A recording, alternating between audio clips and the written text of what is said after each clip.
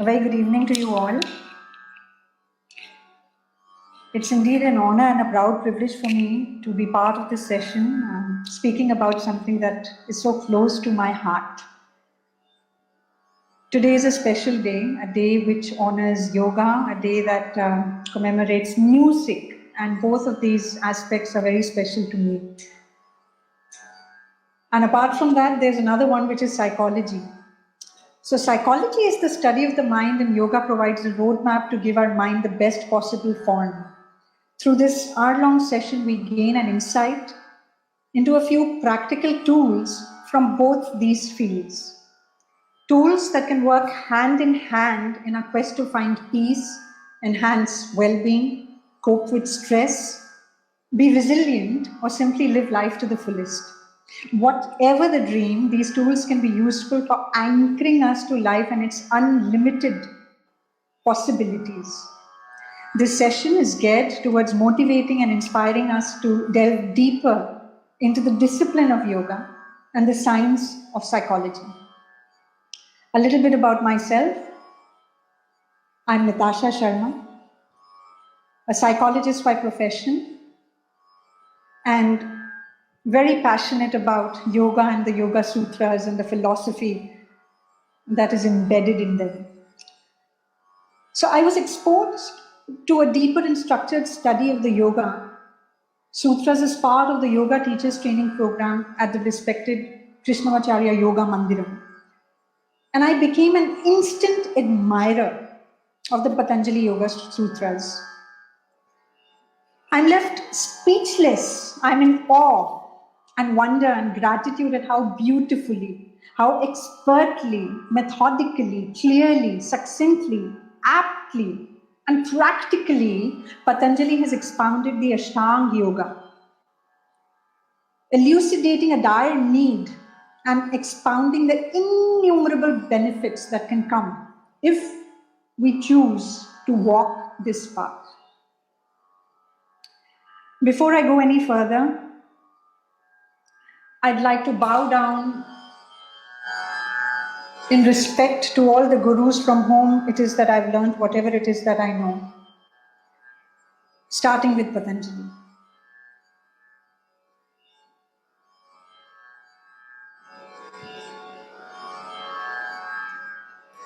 Yogena chittasya padena vacha malam sharirasya cha vaidyakena yopakarūtam pravaram munina patanjalim pranjaliranatosmi आबाहु पुरुषाकारं शंख चक्रस्य धारिणं सहस्रशिरसं श्वेतं प्रणमामि पतञ्जलिं श्रीमते अनन्ताय नागराजाय नमो नमः।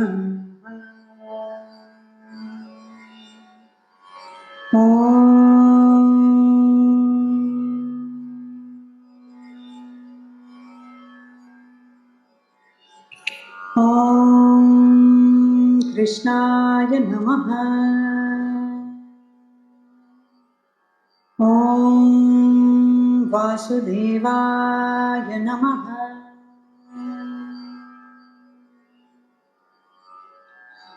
ॐ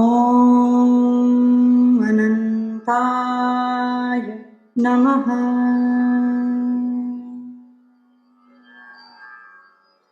ॐ सहना भवतु सहनौ भुनक्तु सह वीर्यं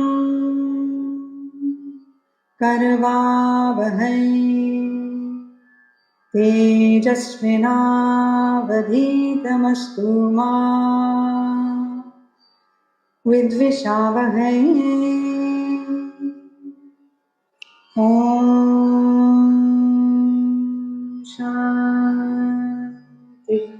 Shanti, Shanti.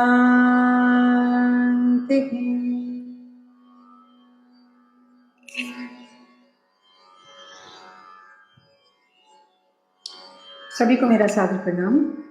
I welcome you warmly into this session, a session which talks about the psychological perspectives on the Yoga Sutra. Next slide, please.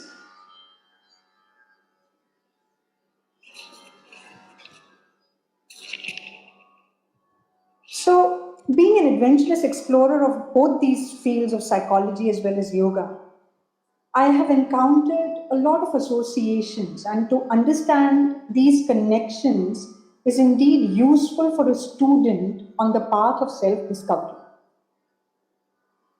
On the one hand, Ashtanga Yoga brings with it the treasures of transpersonal experiences engulfed in the Purusha-based witness consciousness.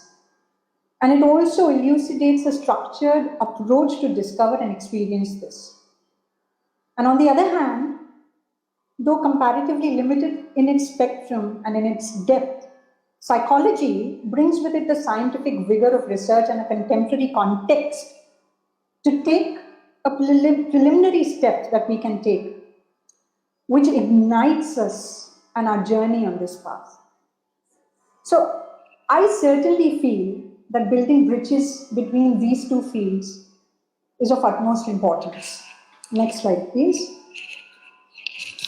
One, what it does is, it broadens the repertoire of available resources which help us in the journey of life.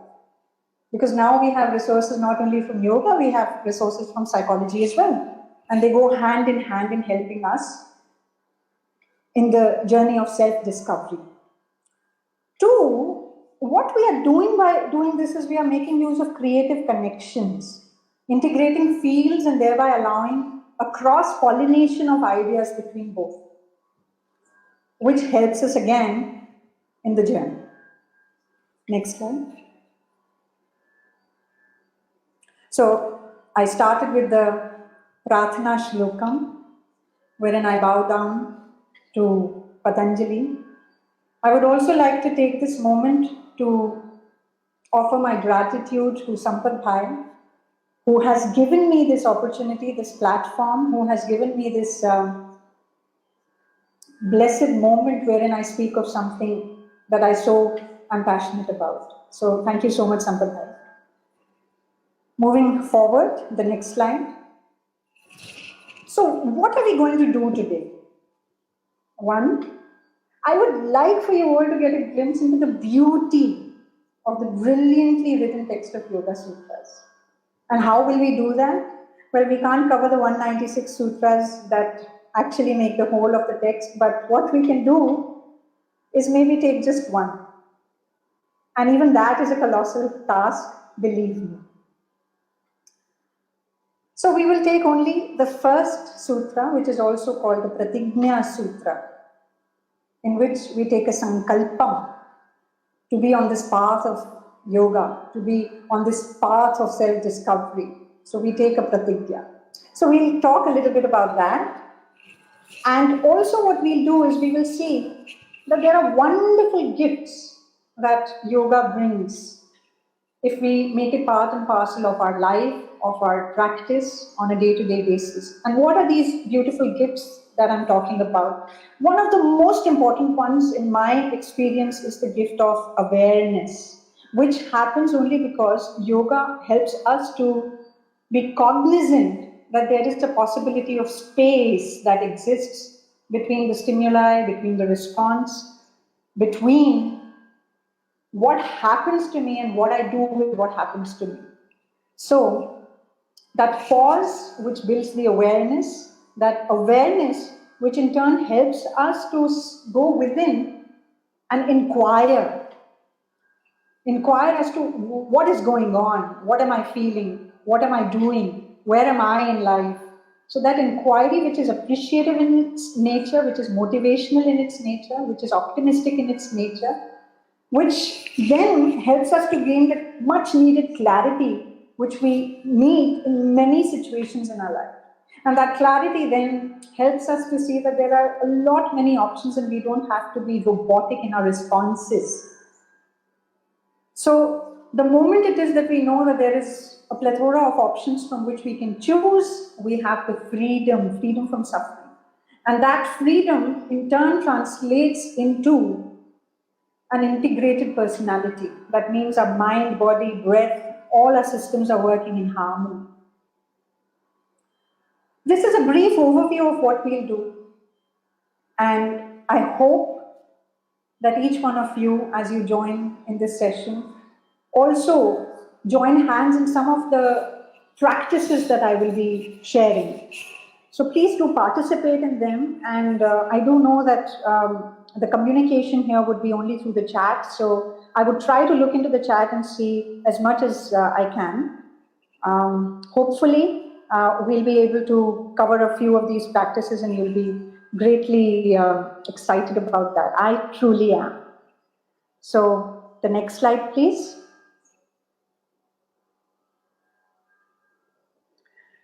So just now I was speaking about a particular exercise, a particular practice.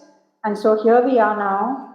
And this practice is what I call the spotlight. Attention and the spotlight.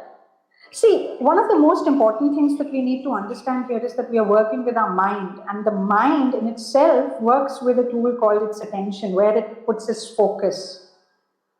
So, being able to pay attention in a particular way that helps us to become more aware of our experiences and helps us to remain being untangled within the stream of those unhelpful thoughts or disempowering emotions. So this particular exercise is just a teaser for us to understand that yes, there is attention and there's a spotlight of attention and we can use it within the scope of our journey in a way that it helps us ultimately focus on something which is the witness conscious, which is the Purusha, the Chit. So what exactly is attention? I will say that again, it's the spotlight of the mind. And the spotlight can be pointed at a lot, many different things. Wherever it is that we point our attention or awareness towards, that's where the spotlight comes, and that particular object or that particular thought or that particular emotion then takes the foreground and everything else comes into the background.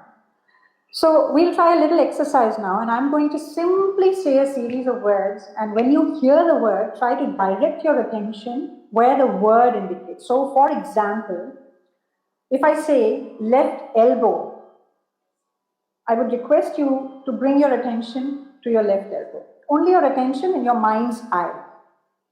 So are we ready? All right. So here goes right ear, left foot, right hand, your breath, lights in your room, your favorite color, ice cream, freedom, world peace, India, what you'd like to have for dinner tonight. And now, gently allowing your face to form a smile, the sensation of smiling. I want you to now take a few moments and in retrospect, think about what did you observe, what did you notice? Were you able to move your attention wherever it is that I indicated? Did you notice how effortlessly many a times our attention goes from one object to the other? Did you also observe, was the focus of attention from one object to the other quick in transitioning, or was it slow? So you may have also noticed how you were able to move the focus of your attention from external to internal, body sensations, to ideas, memories, to the past, and to the future. You could also narrow it down to something like broad ideas which are very abstract, like world peace. So this was just an example of how we can direct the spotlight of our attention in different ways. Now let us continue to explore more. Next slide, please.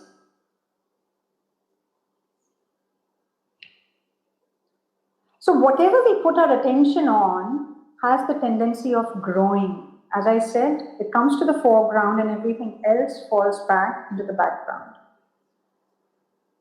With this little exercise, we'll now enter the zone of the Yoga Sutras and the first one, which is the Pratignya Sutra. Next slide, please. Atha Yoganusasanam.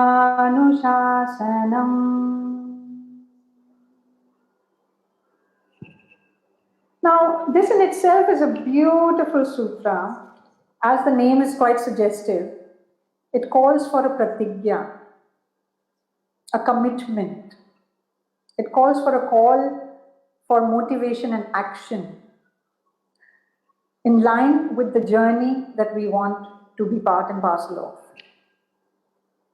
Atha is a word which is very auspicious in nature. Yoganusasanam. Yoga, there are beautiful definitions that we can think about when it comes to yoga. Yoga being that which unites, that which joins. Now, what is it that's joining? We are joining ourselves with the absolute truth, perhaps.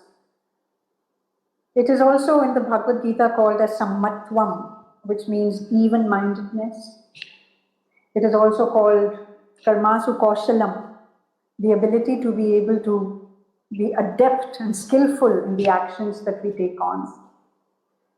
It is also a process which helps us to imbibe new samskaras, habits which help us in the journey of our self-discovery, in the journey of our being able to attain utmost freedom.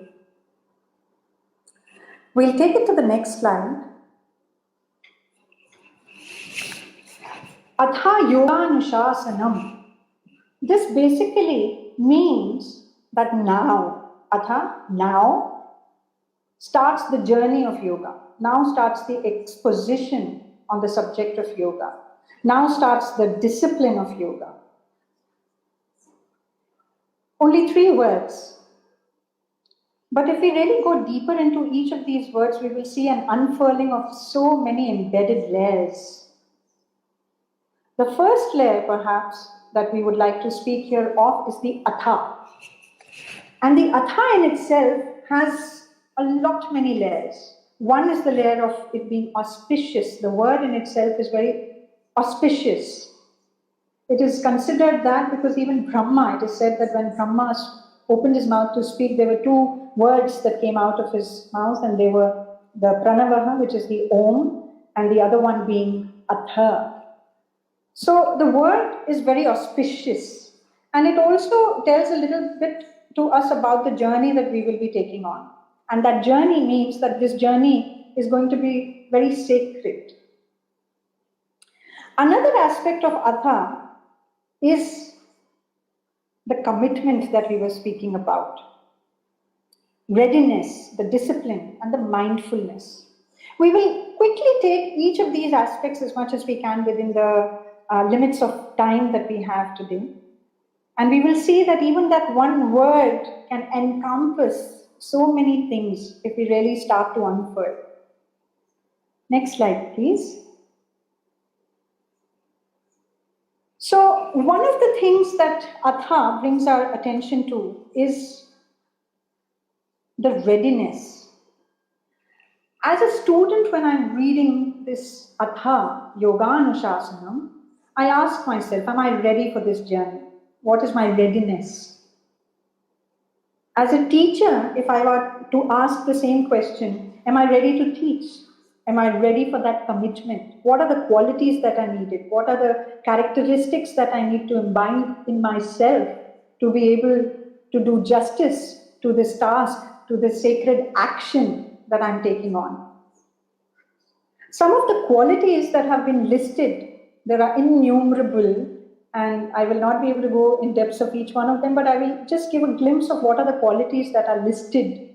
As part of the Hatha Yoga Pradipika, the characteristics for a student to have are utsaha, enthusiasm, excitement, that energy, that zest on this journey, that motivation, that drive to take a step forward in this journey.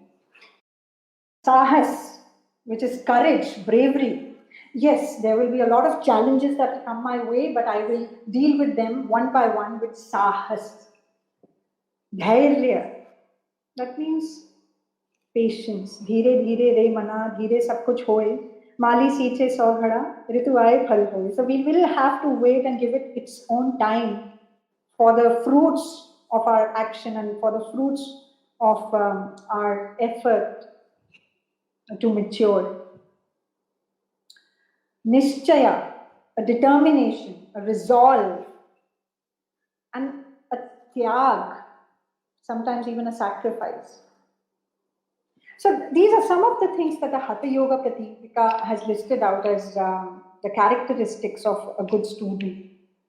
If we really go into the depths of the Bhagavad Gita in chapter 16, there are 26 wonderful character qualities that have been listed, which any aspirant will benefit if they strive towards. Qualities like courage, purity of heart, perseverance, charity, self-discipline, ahimsa, and many, many more, many, many more. So the readiness part in this particular sutra gives us an insight into how ready are we? Are we really ready as a student? Are we ready to take this on? Because this is going to involve a lot of work and this is going to involve a lot of perseverance on our part. So am I really ready? That is the question. And if we look into our contemporary psychology, we will see that there are a lot of tools that can help us gauge our readiness for a change that we would like to bring about in our life. Specifically so, there is a model which is called the trans-theoretical model of change, which helps us to see where we are in our steps of change. Are we still contemplating, or are we in a state wherein we are ready for that action?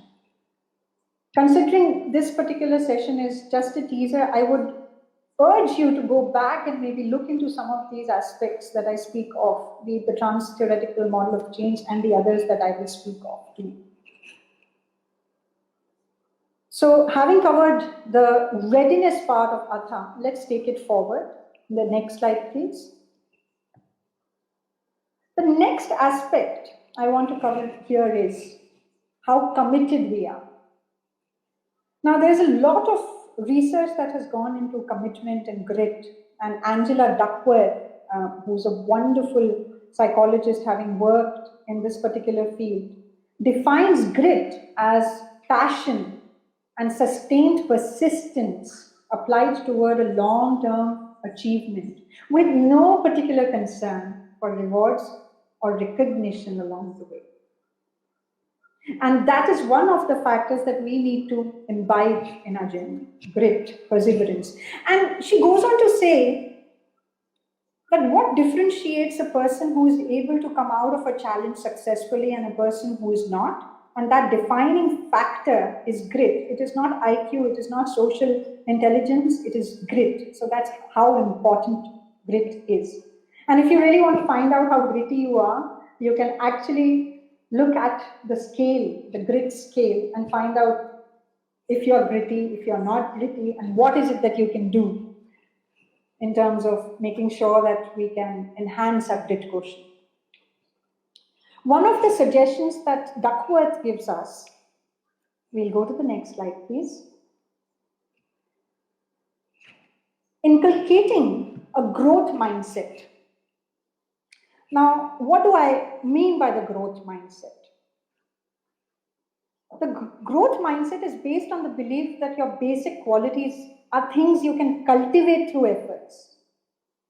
Although people may differ in every which way in their initial talents and aptitudes and interests or temperaments, everyone can change and grow through application and experience. So that is the growth mindset. And there's a beautiful book that has been written by Carol Dweck on the growth mindset.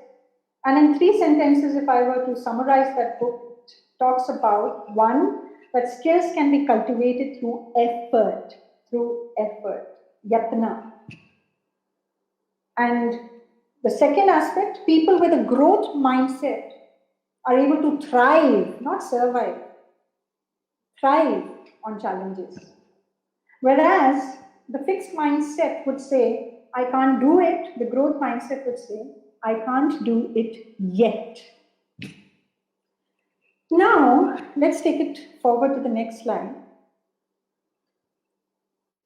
The beauty of what I just spoke is that in the Yoga Sutras, there is so much that has been mentioned which links directly to all that I spoke of. We spoke about effort. We spoke about how it is important to have a practice which helps us on this path to move forward, to be committed towards it. If we look at one of the sutras, it talks about abhyasa vairagyabhyam tan nirodha.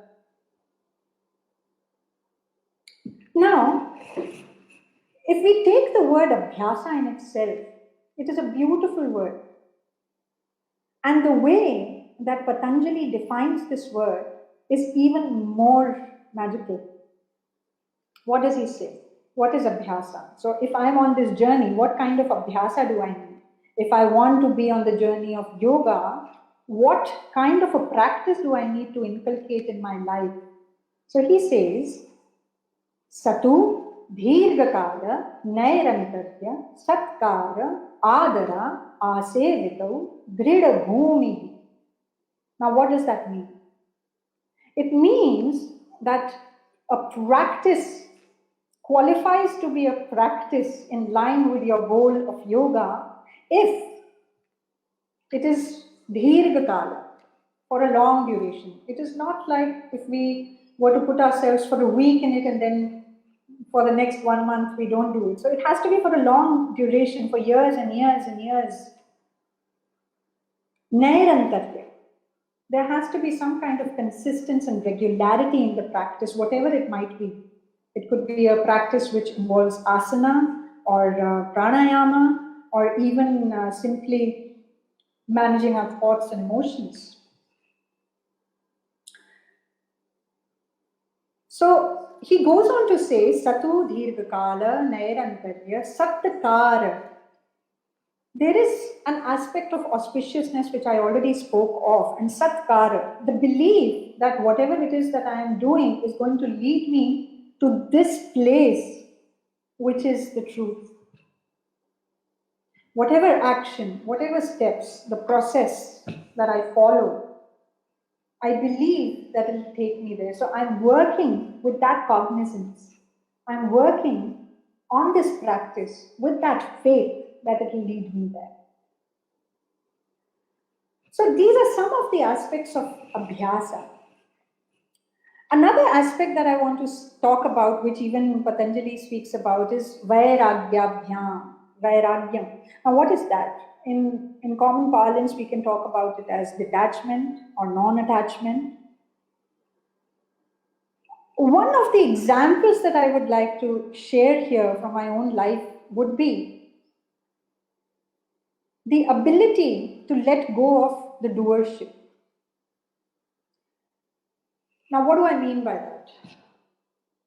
So even Carol Dweck and even Angela Duckworth spoke about this when they were talking about the definition of grit. So how is it that I can be totally involved in the process but not be focused on the result or the outcome or the award or the reward that I gain thereof? Bhagavad Gita speaks a lot about that. In favor of time, I'll not be able to go so deeply into it, but I will share one of the ways in which it is possible to do so. And that is, as Patanjali says, Ishvara Pranidhanadva, which is again a sutra from chapter 1, a chapter which is focused on samadhi. And this is the sutra number 123. So, Patanjali says, Ishvara Pranidhanadva. How is it that we can surrender to that Ishvara? Now, what's interesting here for us to note is that he's not talking about Ishvara from our common understanding of deities. He's talking about Ishvara as a Purusha, a Vishesh Purusha, who is untouched by the cycle of karma. So he says, Klesha karma vipaka ashayai aparamrishta Purusha Vishesha Ishvara. That who is untouched by the cycle of klesha, karma, vipaka, ashayai, that Purusha Vishesha is Ishvara. He goes on to say, Tatra Niratishayam Sarvagnya Bijam, which means in him, in that entity, in that Ishvara, lies the seed of ultimate wisdom. And he goes on to say, Sa Esha Purveshamapi Guru Kalenana Pacheda, which means he's the Guru of Gurus. So the beauty here is that we are talking about that entity, that essence of wisdom, that essence of Ananda, that essence which binds us to the truth that there is to know. And that is Ishvara. So, if we can surrender to that essence, if we can surrender whatever action it is that we plan to do, if we can surrender all of that to Ishvara, then the doership dissolves. Because then we are just mere agents of that action, not the doers of that action. We'll take this forward. But before that, there's one more aspect that I'd like to bring to your notice here. So we saw here, there's Abhyasa, which helps us in this journey. There's Vairagyam, that helps us. How can we introduce Vairagyam in our life? One of the ways, as spoken of also by Patanjali, is the way it is that we can surrender to the divine will, to Ishvara. And what happens when all this is in place?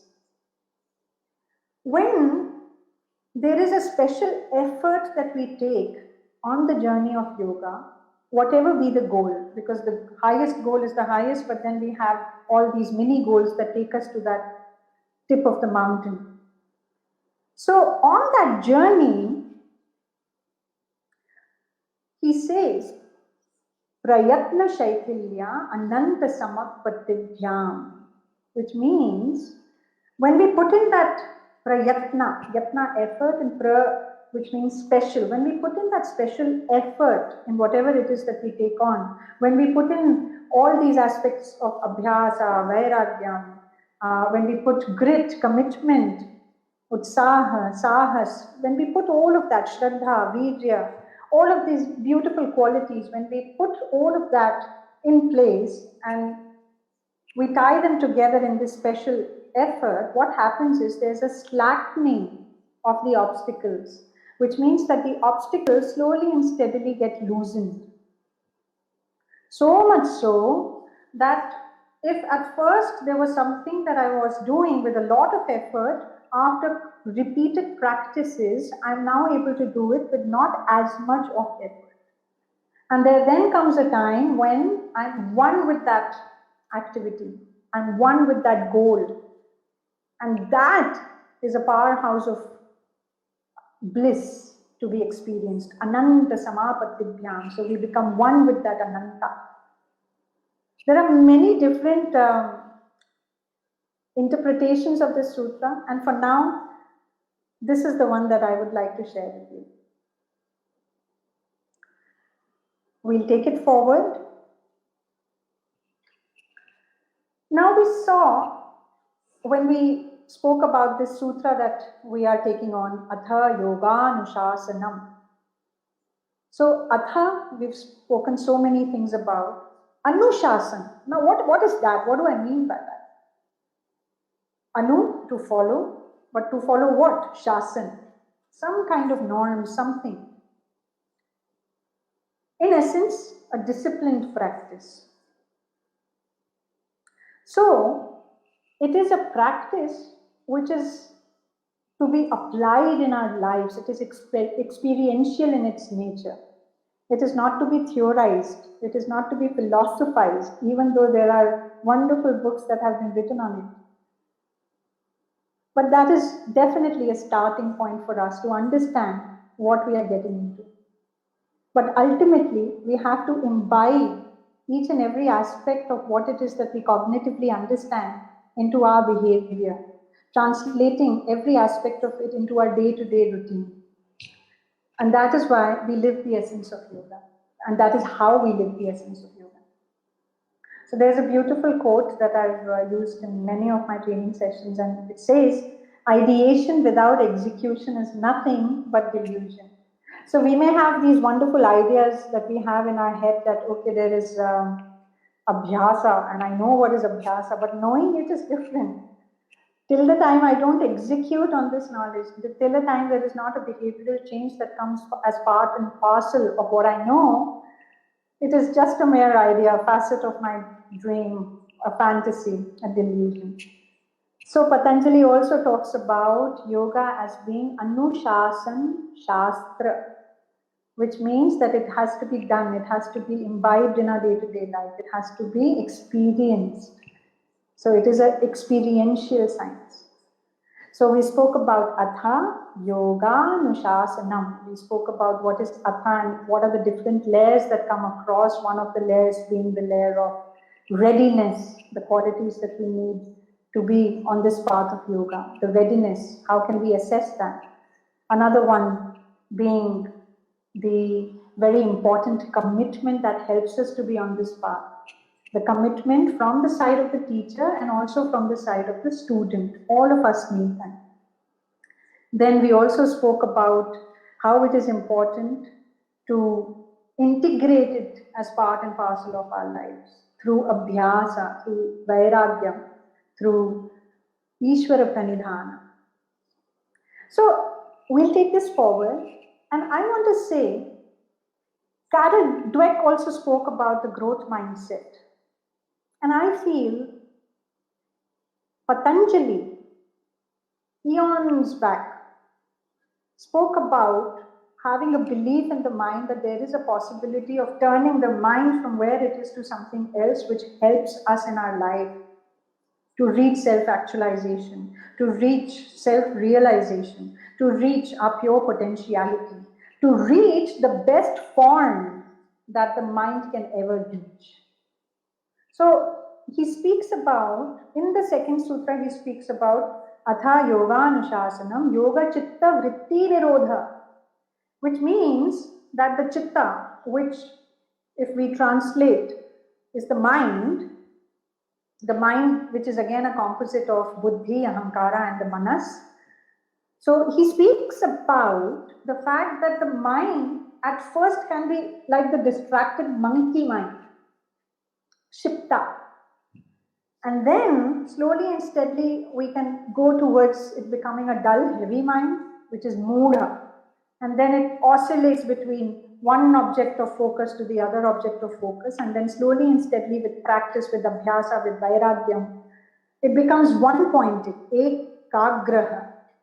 And then it comes to a point wherein it is completely absorbent of whatever it is that the object of meditation might have been. So it completely becomes one with that.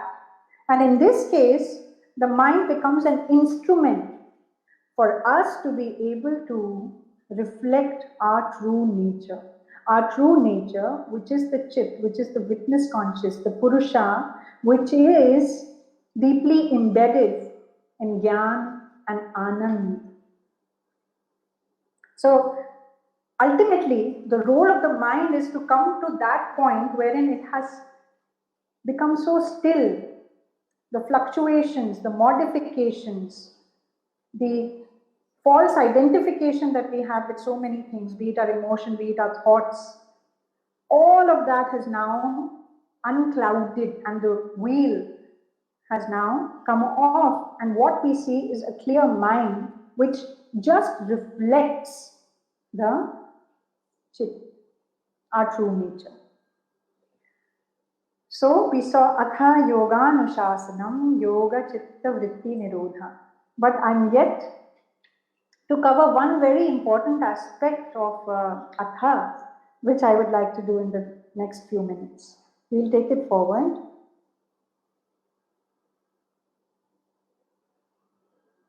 So, in this journey, as we go, there would be many a times we will have stumbling blocks. But if we really have a growth mindset that has been installed in the software of our mind, then we'll be able to look at these stumbling blocks not as stumbling blocks, but as stepping stones. So I truly believe that there is no failure whatsoever. There's only feedback. So for example, I try to do an asana, be it the Tadasana or the Uttanasana.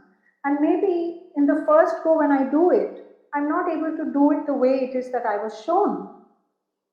So the first step is for me to be accepting of what it is that I have done, and from there chart out a journey towards where is it that I would like to reach towards. Believing fully well that I haven't failed, it's just that I haven't reached there yet. And on that way, I have to keep making these small efforts, these special efforts, so that I progress on that path.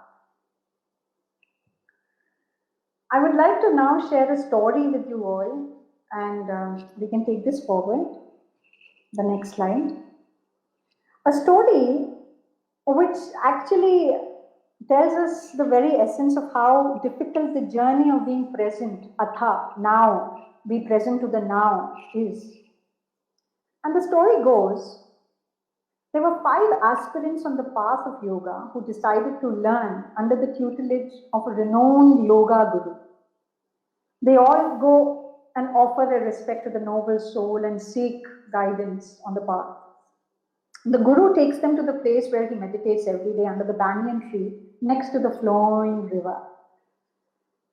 Perfect setting, isn't it?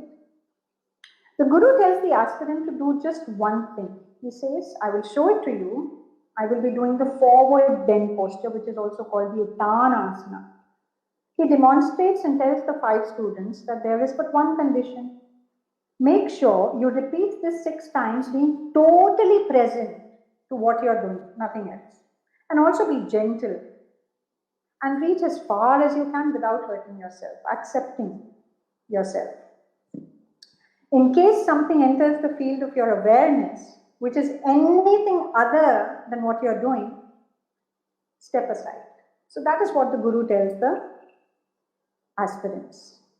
The 5 look at each other and they think, this is quite an easy task, isn't it? It's going to be very easy. Now the first aspirant attempts to bend forward. She attempts to touch her toes but is unable to, and immediately thinks, oh, I'm no good at this, I can't even touch my toes.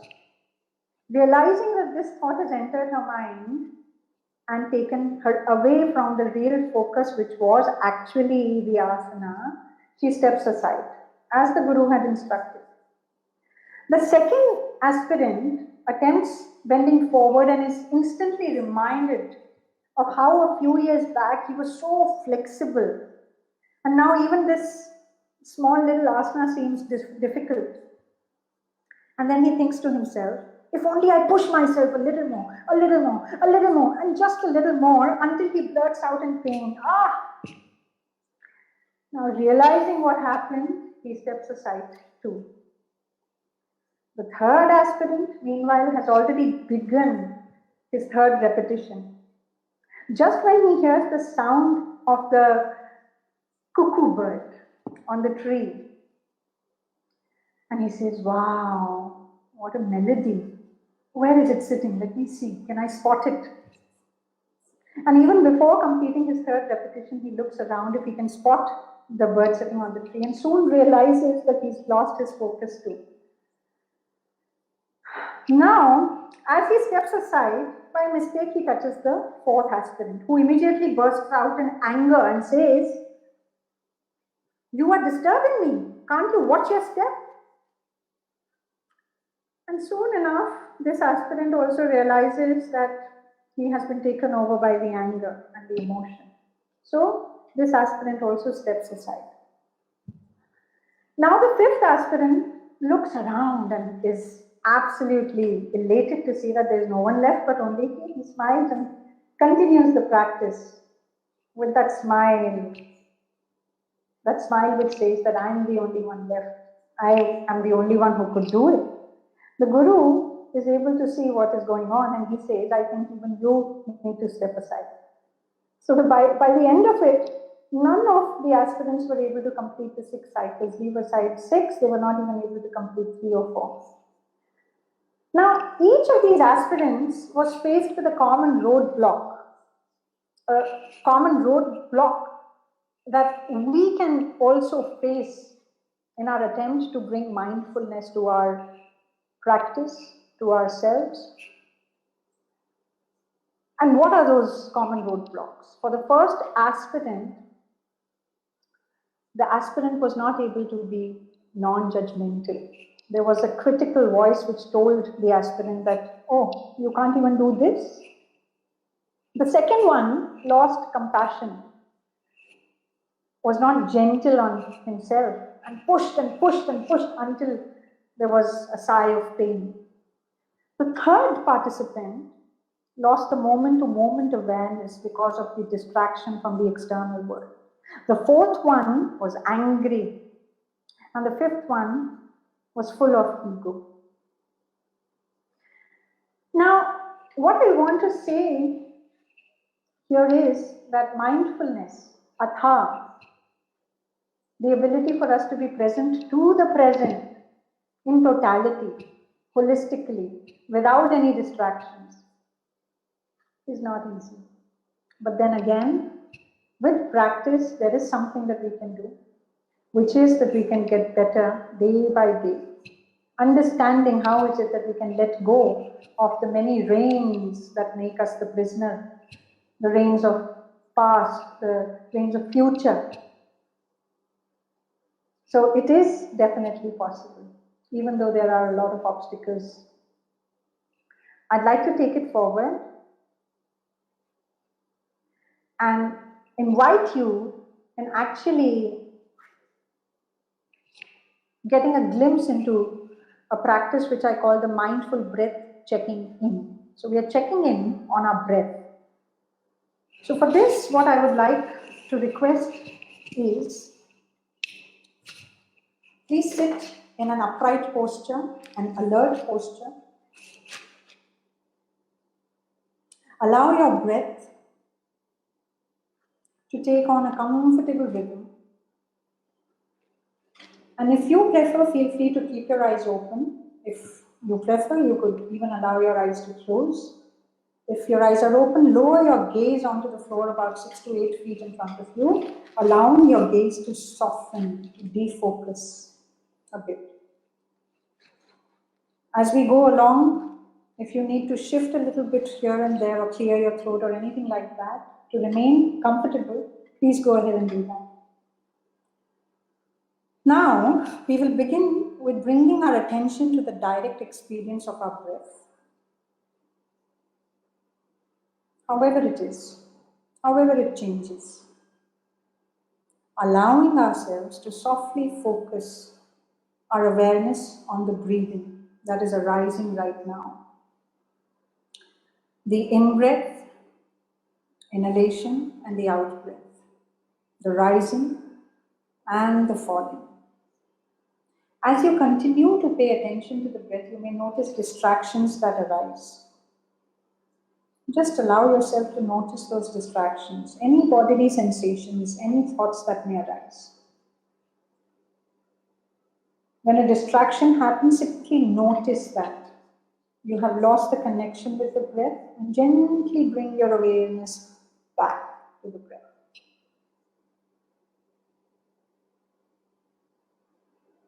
Follow a few cycles of your natural breathing cycle, your natural rhythm. As you breathe in and out of the nose, allow your breath to take on a comfortable rhythm. Just breathing naturally, not attempting to slow down or speed up anything. You can set your attention to wherever it is that you feel it most. It could be the tip of the nose where the breath enters and leaves the body, the abdomen, which rises and falls, the chest, wherever it is. Just focus on your breathing.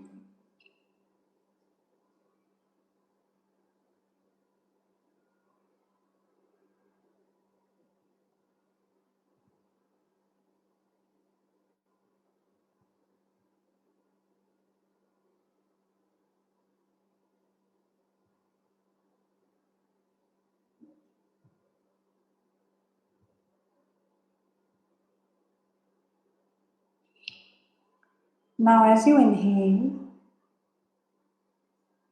focus on the positive prana that is entering every part of our body, touching us with positivity.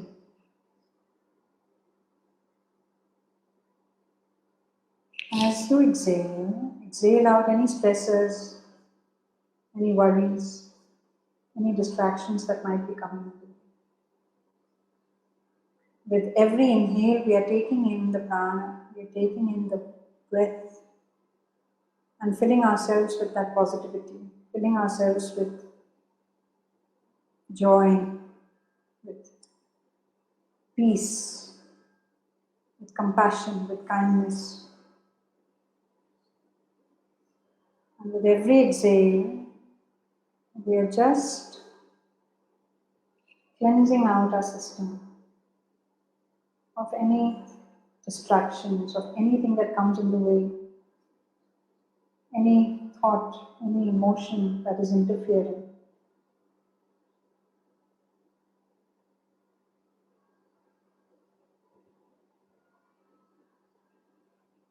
Take a deep breath in and exhale. Take a deep breath in and exhale. Take a deep breath in and exhale. Focus on the different parts of your body. Your feet. How comfortable, how relaxed are they? Send them a message. With every breath that goes in, they're getting more and more relaxed.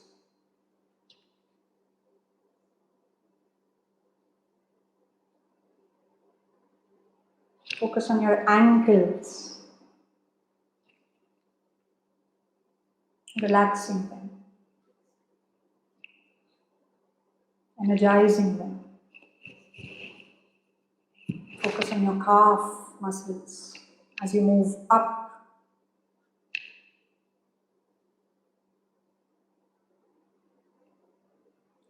Focus slowly and steadily on each and every part of your body. The sensations that you may be feeling in your body, the bodily sensations.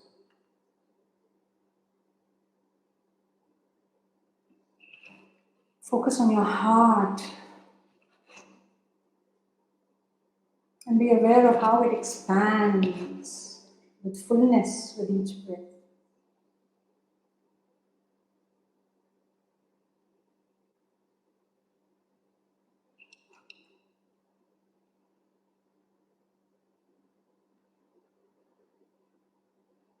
Focus on your forehead. Relax on your shoulders. Relax. Gently taking a breath in and letting that gentle quality reach each and every aspect of your body.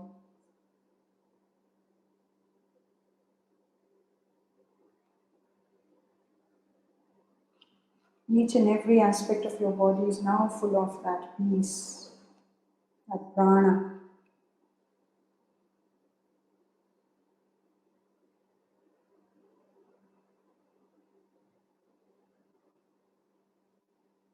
Slowly and steadily, open your eyes, rub your hands with each other, and wipe your face with utmost love, gently, with compassion. One more time. This time with acceptance.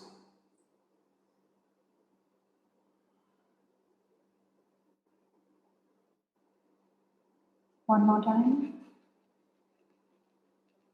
This time wiping away all the stresses. Surrendering.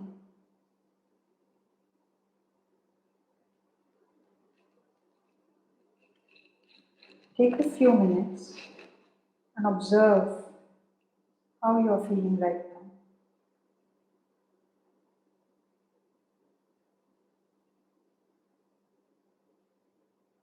If you can, please do share it in the chat box.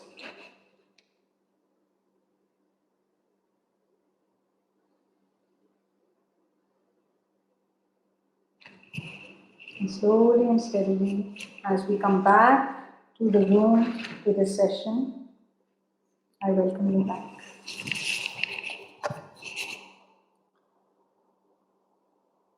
Now, I want to share with all of us that breath is an absolute wonderful instrument that we have.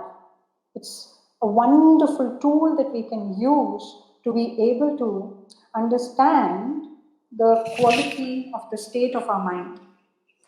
It is said, chale vate chalam chittam nischale nischalam bhavet, which means that so long as the breath is unsteady, the mind remains unsteady too.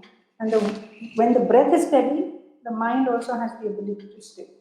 So the mind in itself may be a little difficult and an abstract concept to work on, but as a step towards that, we can start with the breath, which actually is also an element which helps us to connect our mind with our body.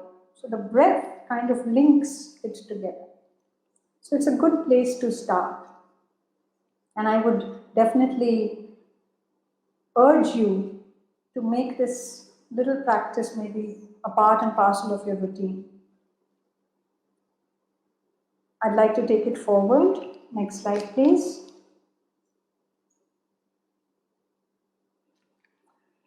So we saw, even in the unfurling of this particular one sutra that we unfurled, there were so many layers. Even mindfulness in itself has so many elements, components.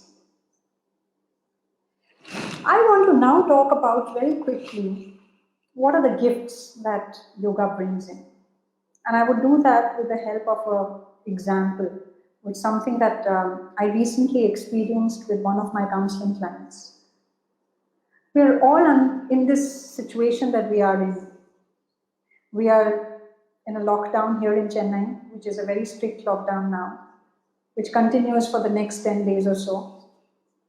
And so is the world facing a lot of all these challenges that we are facing as a collective, as a society.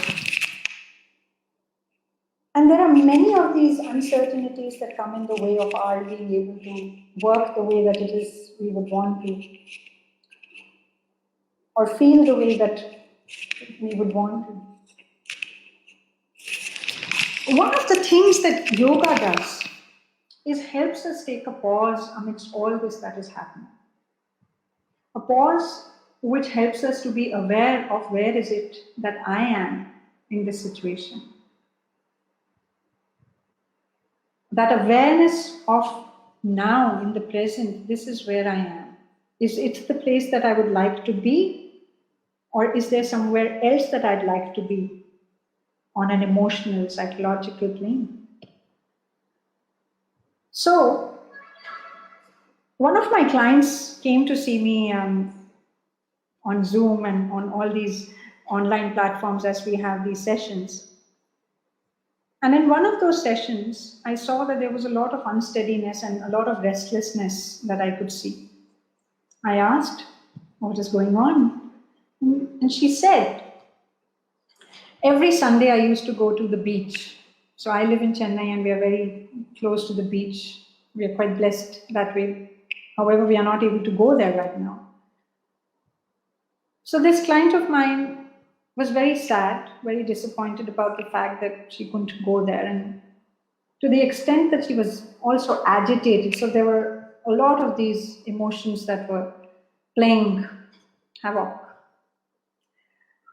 So first and foremost, I asked her, in the now, how do you feel? She said, I feel angry, I feel frustrated. All right. So she took a pause. She took a pause to be present to the present, to align to what it is that she is feeling, what it is that she's thinking, where it is that she actually is in with what all is happening around her. So she took a pause and she gained that awareness. Now I inquired from her, okay, this is what you're feeling. She said, yes, and I've been trying to push away all these feelings of frustration and anger. And I asked her, did that work? She said, no, they come with all the more full-blown power. So I asked her, how about we look at what is the message that these feelings, these emotions are bringing? What is the intention behind each one of them? I asked her to ask those emotions, to connect with those emotions, not suppress them, not fight them, but to connect with them and to ask what is the intention behind what it is that she's feeling. That inquiry led to clarity, and the clarity was that she was missing out on the fun time she would have as a family when they went to the beach every Sunday. I asked her, now that we are in a lockdown, we are already connected with your family and you are in the presence of all your loved ones. Even if it is that you are not at the beach, are there other possibilities? Are there other ways in which you can remain connected, enjoy the time that you have? And she said, yes, of course. And that clarity led to the different options she had of choices. What all that she could do to be able to get to that intention, to reach the point wherein that intention was fulfilled. And once she did that, there was freedom. Freedom from these thoughts, these emotions, freedom from the worries, freedoms from the uncertainties. And what I'm saying to you here is that as a practice, if we are able to just pause for a little bit during the course of our day, how it helps us is, it helps us to gain awareness of, is my life going where it is that I would like it to go? Or do I have to do something? Am I actually anchored to my priorities and my values? And with that pause, we get an insight, an awareness. And with that awareness, we can inquire, an inquiry which is again appreciative and brings more clarity. And that clarity helps us to choose freely amidst the many options that we may have. And that choice, in turn, leads for us to have the freedom. And most definitely so, in my experience, yoga helps us to do that. Like we saw as we were becoming aware of our breath. In the same way, as we become aware of whatever posture we might be doing, asana. So from the gross, which is the external, we get into the internal slowly and steadily, making sure that the mind reaches the nirodha, the stillness in which it becomes the best that it can be. I'd like to take it forward, and I'd like to say that the journey of 1,000 miles begins with a single step. I urge you to take that step today. I urge you to take that step not only for yourself, but for all those you love. So I warmly welcome you to take that step, a step towards a life of freedom, a life which is full in every which way, with ananda, with jnana. And take that step, take a first step, the baby step first, and then rest will follow. I'd like to end with a prayer. We'll move to the next slide. It's called the Serenity Prayer, and it is a succinct and meaningful way of talking about acceptance and willingness when addressing difficulties like the circumstances that we are in currently. And what it states is, grant me the serenity to accept the things I cannot change, the courage to change the things I can, and the wisdom to know the difference. Also, and more subtly, it speaks to the premise that we have the ability to choose and respond, whether to accept or to change, and to discern which response may be better suited to a given situation. I'd like to now end the session, thanking each one of you for your precious presence, for taking out the time, for staying glued in. I thank you so much. And I want to say it speaks a lot about each one of you, because you are already on the way of taking these steps towards discovering your potentiality that resides within. So I wish you all the best in the journey of life, and hope to meet you again somewhere, sometime soon. I wish you a very happy Yoga Day, a very happy World Music Day, and I thank you so much. Do share your comments, do share your observations, do share how it is that you found some of the practices that we shared, and I would love to hear from you. So thank you so much, and thank you, Sampathai, for giving me this opportunity to speak on something that I love so much. Thank you.